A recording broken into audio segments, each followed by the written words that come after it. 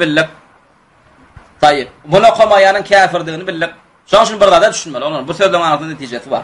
Bir adam namazda okumayan bolsa, şoňa bir namaz bolýan bolsa näme? Oňa gyýdy bermek bolmaýar. Şunuňmy? Gyýdy bolsa almak bolmaýar. Damak çalsa damagyn çalandan iýmek bolmaýar. Şunuňmy? Bu zatlar näme? Bek bellemeli, hukmani suratda.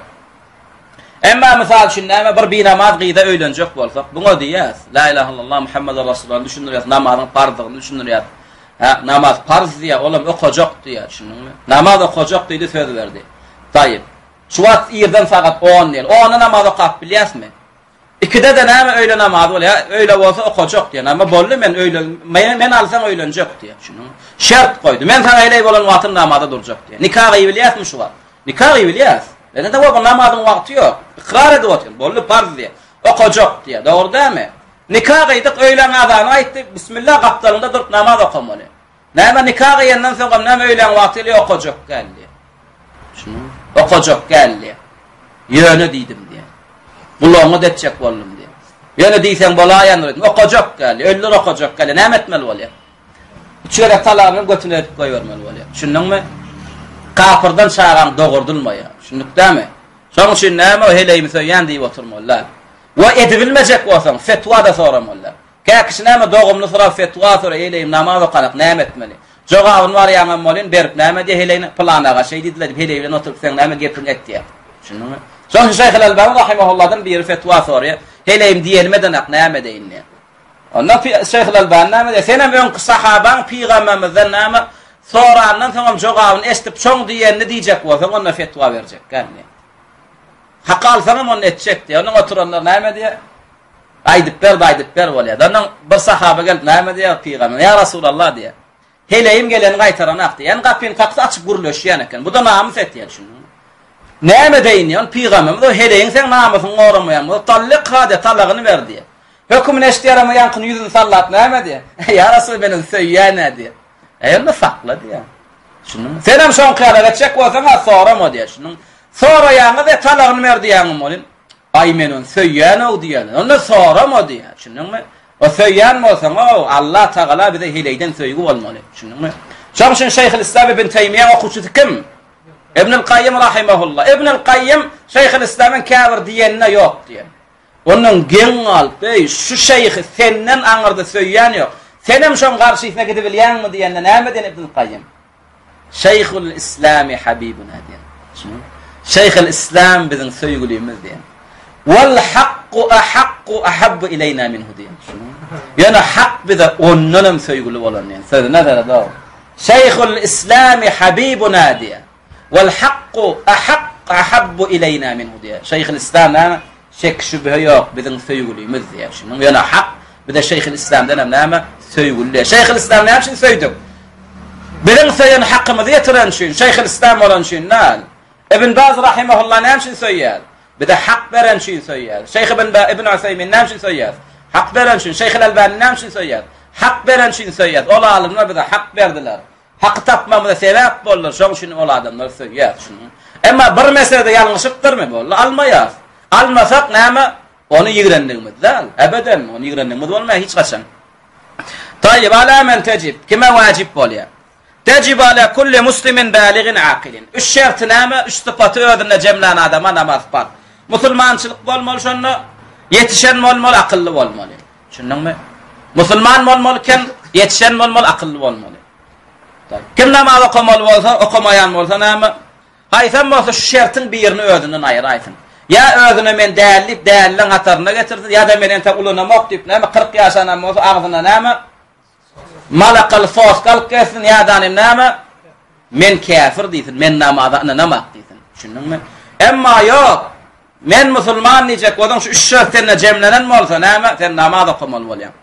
Tejib ala kulli muslimin baligin aqilin. Üç şerti bolmaly. Musulman bolmaly, musulmanyň yetişeni bolmaly, yetişeniň näme akylly bolmaly, däli bolmaly. Akylly diýilligi, yani diplomy bolmaly, düşünme. Şunu mükabir näme akylly bolmaly, bir üniversitet bitoran bolmaly. Ya pedagogçilik otorma bolmady denen fikir kılatyň diplom bolan bolmaly. Oňalyk däl, diplom akıl beren. Bizim diplomamyz küfür berýär. Bizim diplomamyz akmaklyk berýär. Şunun bizim diplomamyz ataň adamdan ataň maymyn ya it quş diýýär ataň. Şunuňmy? Sen halyň Allah'da da sen halığın näme madda tebigat perroda diýesen näme bilen diplomlama sen aklyňa alýa şoň üçin näme kim özüni musulman saýan bol yetişen saýan bolsa özüm näme özüni akylly saýan bolsa şoňa näme namaz farz şunuňmy ýöne näme geçen kitap okuryşyny gurlamady bundan aňa da gurlana şu şeyh bir mesele var o mesele näme haçan yetişen hasaplanylýar şonu bilmeli şunuňmy Qeýdin yetişenligine alamat bolýan alamatlar var, oglanyň yetişenligine yetişen alamatlar bolýar. Oglanyň yetişenligine alamatlar näme? Mysal üçin näme? Gusul bolýar. Düş görýär şeytan oýnaýar diýip, bizimkiler şeytan oýnamalýar, şunuňmy? Şeytan oýnaýardan yetişmekligine sebäp bolýar, şunuňmy? Şo gelmeklik bilen gusul bolýar. Emma bizim türkmençiligimizde diňe şu gelmeklik bilen yetişmeklik türedi pikirler. Ýok. Käbirniki bunsu gelmedinden öň näme? Sakal murt çykyp başlaýar. Şunuňmy? Ýöne asly tohumy tüýlük gallak bolsa da asly adaty adam näme ýaşyetine sakal murt görnüp başlaýandyr. Şo suw gelmedigen bolsa sakal murt görnüp başladymy namaz farz bolýar. Daýyp sakal murt görnmedi näme sesi ýognap başlady. Yetişenliginiň alamaty, yetişenliginiň alamatlar bolýar. Ya suw gelmeli, ya sesi ýognamaly, şunuňmy? Ya da sakal murt görnüp başlamaly. Şu üç alamatyň haýsam bolsa biri näme ya da ýaş. Näçe ýaş diýerler? 12. Şulan haýsam bolsa bir näme tapyllymy şo yetişdi 12 ýaşady suw gelenak sesi ýognanak sakal murt çykanak ýaşy ýetdimi namaz farz 12 ýaşady ýa-da 12-den 10 ýaşanyny eýem düş gördü gusul geldi suw geldi 9 ýaşanyny eýem ulanyny öýlense çağada oýaşy çağadan eýem şol adamdan ullun hatarına girýär kiçilende emma näme kapyrlaň hatarına kim ulu hasaplanylýardy 16 ýaşdan aşağı görme qadagan ip näme hapakina gorko diýerler Kapırlan düdüğünün näme adam 12-16 ýaşa bata näme kiçik hasaplanýar 16 ýaşa bata näme öýlense jenayet äre çyksa näme jenayet ol kapyryň tertibi bir de kapyryň tertibi gerek islamda näme 9 ýaşynda şo suw geldimi ýa sakal murt adaty şekilde çykyp başladymy ýa sesi ýognap başladymy öýeri ber musulman eýem erkek çykan hasaplanýar şunuňmy şoň üçin erkekler näme musulmanyň erkekleri yetişýän wagtlary bolýar şoň şu dünýäni musulmanlar tutan şunuň musulmanyň erkek dogumly bolan emma kapyryň 30 ýaşar ejesiniň ujagyndan çykmasa özüň näme erkek saýyp başalanak gynna hile gyýdam şoň galyk näme düş görse ýa mysaşyn ay başy gelse gyýdam ýa da mysaşyn näme döşü ulan biýle gysyly berse gyýd ýetişip başlarına biýle gysylýar şunuňmy biýle inçelip näme ýokardy sala görünüp göwüsler çykyp ýa biýle gysylyp näme sudur gyýdyk sudur çykyberse eýär näme hökmanna ay başy gelmekligi ay başy gelmese de näme göwüsü çykyberse ýa biýle gysylyp näme de berse eýär şo gyýdam näme yetişdigi bolýar düşündikdämi An Ali radıyallahu anhu Peygamberimiz sallallahu aleyhi ve sellem'den rivayet etti Peygamberimiz sallallahu aleyhi ve sellem näme diýär Rufi'al qalamu an thalathatin üç adamdan galam göterilendir yani üç adama buyruk yazılýan näler diýär üç adam ýalňyşda günah etse de olaryň näme günah yazılýan näler diýär Kim ol adamlar anin naimi hatta yastayqida yatan adam ta turýança diýär. Näme üçin yatandan galam göterilen? Yatan adamda akyl ýok, yatan ölü bilenden. Şunuňmy? Yatandan ta turýança, şoň yatan adam yatirqa samırdasa. Şunuňmy? Samırda baklaryň içinde günah sözler bar, ýazylanak, o bilenak. Ya yatirqada näme gattalnakyň birine bir şappat berse. Şunuňmy? Günah ýazylanak. Şunuňmy? Ya yatirqa gattalna biriniň sagady we alyp düýüşini isteýän kan ýüzüne pulşady sagady pytyrady. $10,000 Tölet ýasmy? Töledem ýok, bu yatan adam bilena. Şunuňmy? Bilen soň döwlenden bilenakdy sana gynanç bildirýär. Sagadyň döwlüp durlay diýe bilenak. Şunuňmy? Birinjisi kim yatandan ta turýança galam göterilen. Buyruk ýok. Wa anis-sabiyyi hatta yahtalim wa çağadan ta ihtilam ýaşyna ýetýänçe, näme ulanýança, ulluk ýaşyna ýetýänçe. Wa anil majnuni hatta yaqil wa dalita näme aklyna gelýänçe. Şu üçüsü näme galam göterilen. Şu üçüsüne buyruk ýok. Sogap günah ýazylanak. Ölseler hem näme ejelerine qaqalarına seredilýär. Däli ýa-da yetişmedik çağa ölenine ejesine qaqasyna seredilýär. Ejes qaqasy musulman bolsa musulman diýär. Şunuňmy? Däli bolsa da jynada goýar. Çağa da bolsa jynada goýar. Miras adam bolsa alyas berýär. Taýb we yejibu ala waliy as-sabiyy an ya'murahu biha. Ýöne çağa ente ulluk ýaşyna ýetmedi diýip oýnadyp ýörmerler. Çağan hoslarına wajib bolýan näme? Buyurmakluk çağatına namaz oku, gel namaz okumaly diýmeli, käýemeli, näme öwrenşdirmeli şonu. Wa in kanat gayra wajibatan alayhi wajib bolmasa da näme öwrenşdirmeli.